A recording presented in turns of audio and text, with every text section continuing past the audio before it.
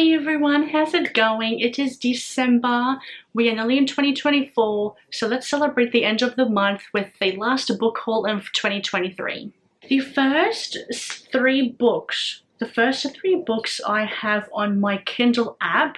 The first one is The Space Between Us by Doug Johnston, not Doug Jones. It is the first book in the Enceladons trilogy. When three people suffer strokes after seeing dazzling lights over Edinburgh, then awake completely recovered, they're convinced their ordeal is connected to the alien creature discovered on a nearby beach. An adrenaline-soaked, deeply humane, life-affirming first contact novel from one of Scotland's most revered authors. The second one is The Echo of Old Books by Barbara Davis. And this one is a novel about the magical lore of books and summoning the courage to rewrite our stories. Rare book dealer Ashlyn Greer. She can feel the echoes of books, of the previous owner's books. She's the only one that can do that. She discovers a pair of beautifully bound volumes that appear to have never been published. Her gift quickly becomes an obsession. I think that's all I really need to know. Then I have Ward D by Freida McFadden. I have heard a lot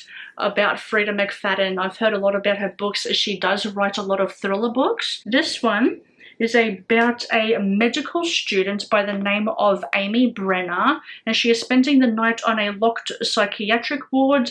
Amy has been dreading her evening working on Ward D, the hospital's inpatient mental health unit. There are very specific reasons why she never wanted to do this required overnight rotation, reasons nobody can ever find out, and that's all I really need to know. Then I have Legends and Lattes by Travis Baldree. I have already read this book. It follows Viv, who is an orc or an ogre, I can't remember which one is which, or a troll, I can't remember. But it follows Viv. She is retiring from her battle-hardened years. She's putting that all behind her. She's had enough. She's had so many injuries. She wants to live retirement. She wants to open up a little cafe after discovering cafe in one of the cities where she was staying, where she had a job to do around that city, and she discovered coffee there, and she decides, well, I'm going to be retiring. I want to make my own coffee shop. I want to have my own coffee shop and retire and just chillax and chill out and whatever. And it's a love story. It's sapphic. The Road Trip by Beth O'Leary. From what I can remember, because I've had this book on my iPad for a while, so from what I can remember, I think the main character is driving to a wedding. Her car breaks down. Someone pulls up beside her to say, hey, do you need help? Do you need a lift or anything like that? Only to realize it's her ex-partner, her ex-boyfriend, who I think is going to the same wedding. I can't remember entirely, but I think that's what it's about. I've read two Beth O'Leary books so far, The No Show and The Flat Share, and I really enjoyed both of those books. It seems like a second chance lovers kind of story. I don't think I've read too many second chance romance books before, so it's going to be interesting to see if I actually like it. I then bought the rest of the Attack on Titan series. I have volume 22 to volume 34, and I've talked about this series constantly, so I will try to not talk about it too much. But what I will say about it is it's fantastic. It is my favorite series of the year. It is one of the best series I have ever freaking read. It's just amazing. It's phenomenal. It's fantastic. And it follows the remaining group of survivors who are trapped in a three-walled city. They can't go out because if they were to go outside the walls, there are these big humanoid giants called Titans that will eat you. They don't know why. They don't know how they came to be about the Titans. They don't know who created them, and they don't know why they consume human flesh. There is a sudden appearance of a Titan which completely changes the course of their life. Catch Us the Foxes by Nicola West. I don't remember this one at all, but I've seen the cover around, and the cover is what really is drawing me in. I don't remember. I think it's a murder mystery, a thriller. I don't know too much else. I think it's Australian as well. I think it's a journalist that goes back to her small town to investigate this murder. I can't remember 100%, but the cover was what really drew me in. I'm thinking of Ending Things by Ian Reid. From what I know, this is a very weird book about I think a boyfriend, I don't know if the boyfriend's the main character, but I know it's about a couple. The boyfriend takes the girlfriend to meet the family, his family, and weird stuff starts happening. I think the boyfriend's family is weird, and I think it's a horror kind of book, but I don't know too much else about it, thank goodness, because the amount of times I've spoiled myself for books is pretty ridiculous. Wayward by Amelia Hart. I've seen this book around the place. I think it's like I don't know if generational is the right word, but I have heard about this book. I think it's to do with witches, I think. And that's all I pretty much know. Like, oh, witches are from before and witches now.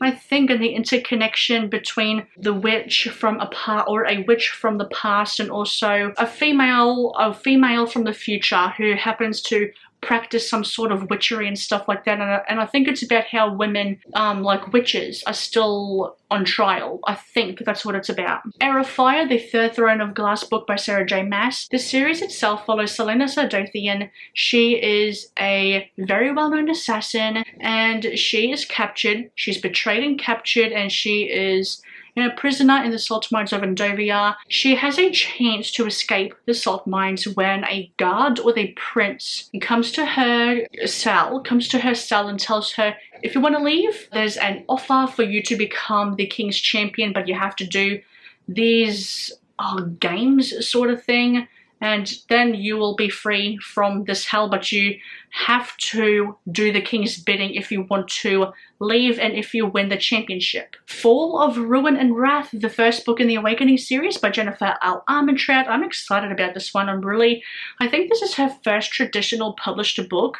because her other books seem to have been self-published or indie published. So the fact that she seems to be traditionally published from a traditional publisher is actually pretty cool. I want to go into this one blindly, knowing that Jennifer L. Armentrout can write a really good book, in my opinion. Like, I just love the Flesh and Fire series. From Blood and Ash, I'm a little sad to say it's kind of gone down a little bit, but I still enjoy that series, and I've really enjoyed what she's written so far. Then I have Dark Mode by Ashley Calagian Blunt. This one is an Australian book, and it's pretty much about the dark web and how things on the dark web can haunt you and follow you. It's gonna scare me. Knowing that I'm online and on the internet a lot, it's going to scare me a little bit. I'm not going to lie. A Fire in the Flesh, which is the third book in the spin-off to the From Blood and Ashes series by Jennifer L. Armentrout. I'm so excited to read this one. I love this spin-off series. In my opinion, I think it's better than the main series. It's just fantastic. Just mwah, chef's kiss. And it follows Sarah. Her country, or her city, her town, whatever, her region, is not doing so good. Everything, like any kind of farming land, is taken over by the rot and things are dying. Her ancestor made this pact, made this deal with the primal of death, that she has to be his consort to save the land. But what the primal of death doesn't know, her mission is to make the primal of death fall in love with her so she can kill him, because people think he's the reason why things are dying, but it's more than that. It's more than that. I love this series a lot. Bookshops and Bone Dust by Travis Baldree. It is the prequel book to the Legends and Lattes series. I don't know if it's actually a series, but it's like a prequel that comes before Legends and Lattes. All I know about this one is that it follows Viv. She was recently in a war. She got injured, and to attend her wounds and to rest and relax and not do any more war stuff, she works in a bookshop for the summer, and there's a summer affair, there's a summer fling. I'm expecting there to be some sapphic romance in here. Masters of Death by Olivia Blake. I'm a bit of an Olivia Blake stan girl, I'm not going to lie. There is a game that the Immortals play. There is only one rule, don't lose. There's a struggling estate agent. She's also a vampire. She is selling a haunted house, but the ghost haunting the mansion has been murdered, and until he solves the mystery behind his death, he refuses to move on. There is a game that the Immortals play. There is only one rule, don't lose. Viola Marek is a struggling estate agent and vampire, but her biggest issue is that the house that she is selling is haunted. The ghost haunting this mansion has been murdered, and until he solves the mystery behind his death, he refuses to move on. Fox Demora is a medium. He's also a shameless fraud. He's not entirely useless, however, as he's also the godson of death. When Viola seeks out Fox to resolve her ghost infestation, Fox becomes embroiled in a quest that neither Nin nor Viola expects or wants. Luckily, they can enlist a crew of supernatural creatures, including a poltergeist, a demonic personal trainer, a sharp-voiced angel, and a love-stricken reaper. Soon, Vi and Fox discover that the difference between a mysterious lost love and an annoying dead body isn't nearly as distinct as they'd thought. Then I have Holly by Stephen King. It is the collector's edition. It follows Holly Gibney, and she is one of Stephen King's most compelling and ingeniously resourceful characters, and she returns to investigate the gruesome truth behind multiple disappearances in a Midwestern town. And that's all I pretty much need to know about it. I know she has made an appearance in The Outsiders, and I think also the Mr. Mercedes trilogy. Don't quote me on the last one, but I know she made an appearance in The Outsiders, and I think people really seem to love her, and Stephen King as well, apparently, because he wrote a book for her, dedicated to this character that he created. I have Ripper by Shelley Burr. This was a book that was recommended to me in the bookshop, and it follows a small town that is known for its really gruesome murders, and they've made tourism on this little town where there are said to be a lot of murders. That's all I really need to know so far. I'm really excited to read this because small town murder, a secret mystery, like what are the locals hiding kind of thing, sounds pretty fun to me. And the last book that I have hauled, which is a current read for me for a upcoming reading vlog, and that is Everyone on This Train is a Suspect by Benjamin Stevenson, and this is the sequel to Everyone in My Family Has Killed Someone. So there is this Australian mystery festival that takes place on the Ghan, which is a very popular train tour that takes you pretty much in the middle of Australia, in like the Red Desert in Australia. And there are 6 authors that write in like the crime thriller genre. They've got the debut writer, which is Ernest.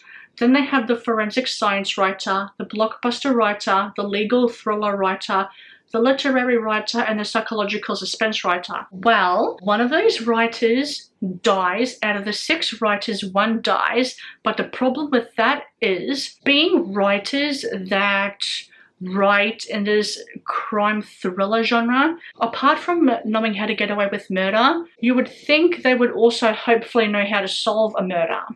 That's it. That is all. How many books? I don't know. Not as much as I thought there was going to be. I've actually done pretty good with my buying, so I say. If I were to look back on this year, I think I would have bought like quite a bit. Let me know if any of them sound interesting to you. Let me know if you've read any of them. I would really like to know. And I will see you in another video. Bye for now.